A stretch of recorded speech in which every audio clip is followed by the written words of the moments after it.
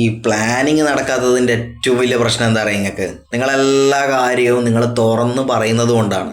നിങ്ങളിപ്പോൾ ഏറ്റവും ബെസ്റ്റ് അല്ലെങ്കിൽ ബെസ്റ്റ് ഫ്രണ്ടാണെന്നെല്ലാം വിചാരിക്കുന്ന പല ആൾക്കാരും ചിലപ്പോൾ നിങ്ങൾ വിചാരിക്കുന്ന പോലെയേ ആയിരിക്കില്ല. നിങ്ങൾ ഒരു പ്ലാൻ ഉണ്ടെങ്കിൽ ആ ഒരു കാര്യം സക്സസ് ആകുന്നത് വരെ ദയവ് ചെയ്ത് ആരോട് നിങ്ങൾ പറയാണ്ടിരിക്കുക.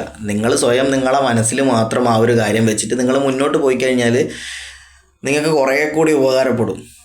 പല കാര്യങ്ങളും പ്ലാനുകളൊക്കെ പൊട്ടിപ്പൊളിയുന്നതെന്ന് വെച്ചാൽ നിങ്ങൾ ഓവറായിട്ട് നിങ്ങൾ വിശ്വസിക്കും പല ആൾക്കാരെയും.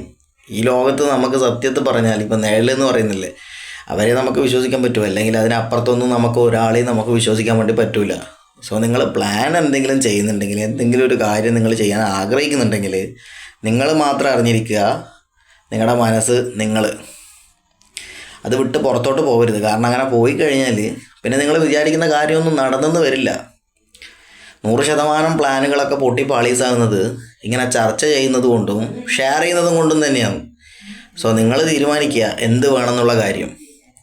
ഇന്നത്തെ കാലത്ത് സത്യത പറഞ്ഞാൽ ഒരു പട്ടീൻ്റെ മോനെയും നമുക്ക് വിശ്വസിക്കാൻ പറ്റില്ല. അത് പുറത്തുള്ള ആളായാലും ശരി, ഇനി നമ്മളെ സ്വന്തം കുടുംബത്തിലുള്ള ആളായാലും ശരി.